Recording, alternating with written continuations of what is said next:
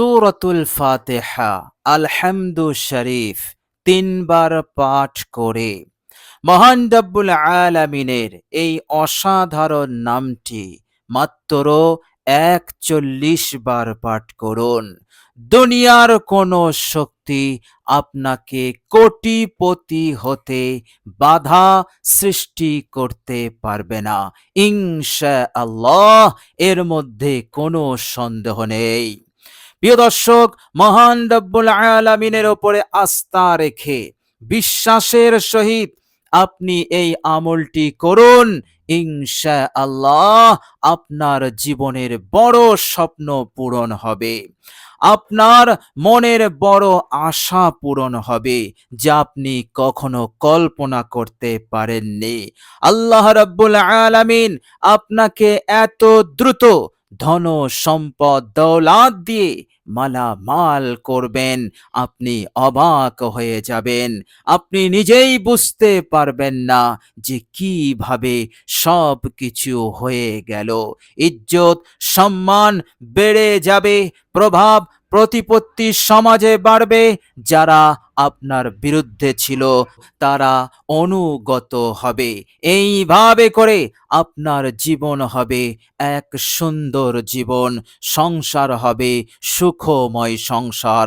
সব বিপদ দূর হয়ে যাবে, সব মুশকিল আসান হবে, সব ফিতনা, সব বালা যে মুসিবতে আপনি অনেক কষ্টের মধ্যে ছিলেন, অনেক দুঃখের মধ্যে ছিলেন, একেবারে বেহাল হয়েছিল, কঠিন পরিস্থিতি ইনশাআল্লাহ দূর হয়ে যাবে। আপনি শুধু ঈমান ও ইয়াকিনের সহিত, আন্তরিকতার সহিত এই আমলটি করুন। প্রিয় দর্শক, মনে রাখবেন, সূরাতুল ফাতিহা আলহামদু শরীফ এই সূরাটি ছোট সূরা, মাত্র ৭টি আয়াত, কিন্তু এর গুরুত্বের মহত্ব এত বেশি।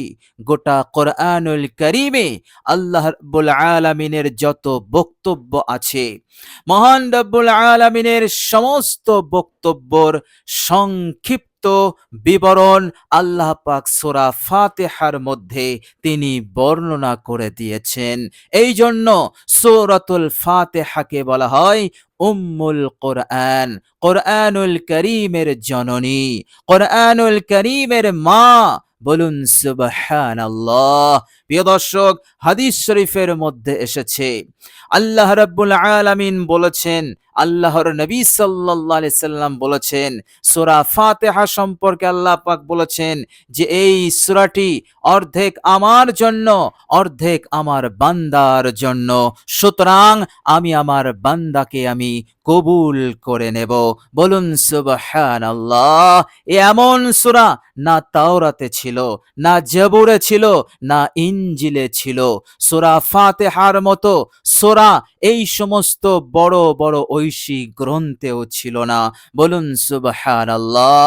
সুতরাং সূরা ফাতিহা তেলাওয়াত করা মানেই আপনি তাওরাত তেলাওয়াত করলেন, আপনি জবুর তেলাওয়াত করলেন, আপনি ইনজিল তেলাওয়াত করলেন। প্রিয় দর্শক, এই সমস্ত ঐশী গ্রন্থ বড় বড় পয়গম্বরদের উপরে নাজিল হয়েছিল, আমরা চোখে দেখিনি, কিন্তু সূরা ফাতিহা পাঠ করলেই, তেলাওয়াত করলেই জবুর, ইনজিল, তাওরাত তেলাওয়াত করার সওয়াব আপনি লাভ করতে পারবেন। প্রিয় দর্শক, মনে রাখবেন, আলহামদু শরীফ এতটাই ফজিলতপূর্ণ, এতটাই গুরুত্বপূর্ণ, উপকারী সূরা আমার আপনার জন্য। অন্যান্য সূরা নাজিল হয়েছে, কিন্তু এই সূরাটি যখন নাজিল হলো ব্যতিক্রম ভাবে। প্রিয় দর্শক, আল্লাহর নবী সাল্লাল্লাহু আলাইহি ওয়াসাল্লাম বলছেন, হযরত জিবরাইল আলাইহিস সালামের সঙ্গে হাজার হাজার ৭০,০০০ ফেরেশতা অবতরণ করেছিলেন এই সূরাটি যখন নাজিল হয়, সূরা ফাতিহা। বলুন সুবহানাল্লাহ। সূরা ফাতিহা এমন একটি সূরা, এই সূরা তেলাওয়াতকারীকে আল্লাহ রাব্বুল আলামিন ভালোবাসেন, মোহাব্বত করেন, তার উপরে সন্তুষ্ট হয়ে যান। বলুন সুবহানাল্লাহ। সুতরাং আন্তরিকতার সহিত মাত্র এই সূরাতুল ফাতিহা আপনি 3 বার পড়বেন। এরপর আপনি আল্লাহ পাকের এই নামের জিকিরটি করবেন। এই নামটি অসাধারণ। আল্লাহ পাকের আরো নাম আছে, কিন্তু যে সমস্ত নামের গুরুত্ব, মহত্ব, ফজিলত, বৈশিষ্ট্যতা অনেক বেশি, সেই সমস্ত নামের মধ্যে এই নামটিও। আর আল্লাহ সুবহানাহু তাআলা তিনি তো বলেই দিয়েছেন, হে আমার বান্দা ও বান্দিরা, ঘাবড়ে যেও না, নৈরাশ হয়েও না, অলিল্লাহিল আসমাউল হুসনা ফাদউহু বিহা, আমার জন্য সুন্দর সুন্দর নাম আছে, সুতরাং তোমরা আমার এই নামের মাধ্যমে আমাকে ডাকো, আমি তোমাদের ডাকে সাড়া দেব। এর মতলব তোমরা আমার নামের মাধ্যমে স্মরণ করবে, আর আমি তোমাদের স্মরণে সাড়া দেব, অর্থাৎ তোমাদের হাজতকে পূরণ করব, তোমাদের জীবনের স্বপ্ন, তোমাদের জীবনের মনের আশা, নেক বাঞ্ছা, এগুলোকে আমি পূরণ করে দেব। দুনিয়ার কোনো শক্তি এখানে বাধা সৃষ্টি করতে পারবে না। আল্লাহ পাক বলেছেন, আমি যখন কারো প্রতি রহম করব, কারো সাহায্য করব, নুসরত করব, গোটা দুনিয়া এক হয়ে গেলেও এখানে কেউ বাধা সৃষ্টি করতে পারবে না।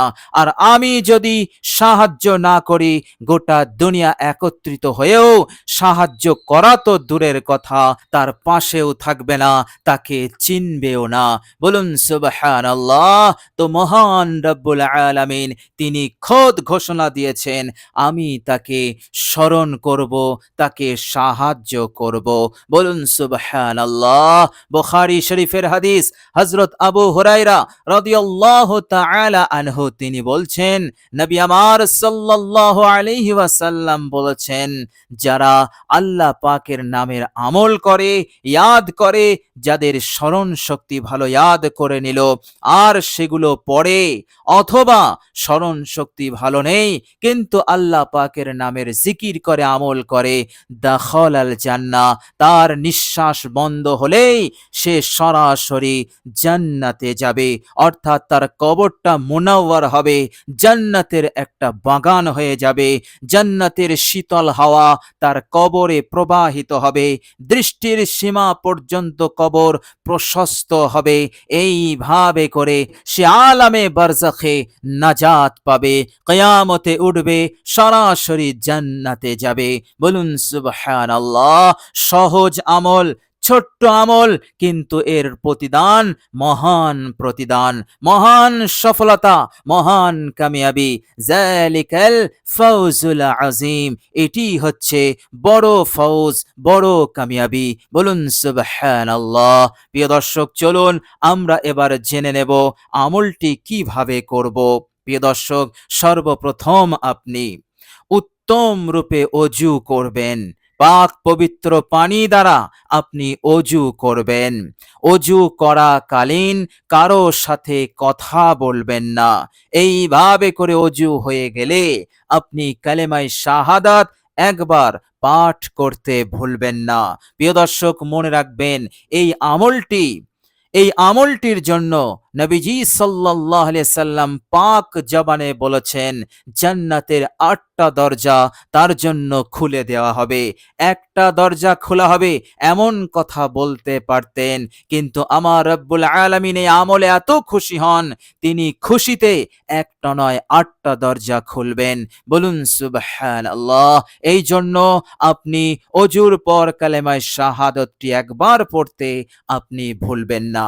প্রিয় দর্শক, এরপর আপনি রাতের বিছানায় যাবেন, সেই বিছানায় বসে সর্বপ্রথম আপনি ইস্তেগফার পড়বেন। অতীত জীবনের সমস্ত ভুল ত্রুটির ওপর অনুতপ্ত লজ্জিত হবেন। এরপর 3 বার ইস্তেগফার পড়বেন। ইস্তেগফারটি আমার সাথে পড়ুন। আস্তাগফিরুল্লাহাল্লাযী লা ইলাহা ইল্লা হুয়াল হাইয়ুল কাইয়্যুম ওয়া আতুবু ইলাইহি।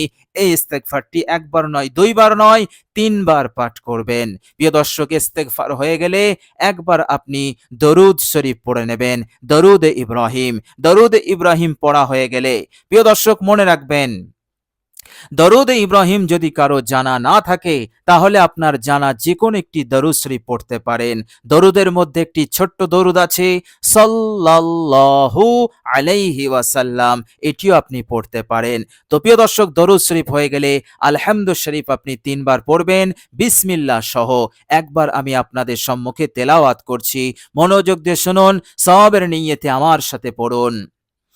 أعوذ بالله من الشيطان الرجيم. بسم الله الرحمن الرحيم. الحمد لله رب العالمين. الرحمن الرحيم. مالك يوم الدين. إياك نعبد وإياك نستعين.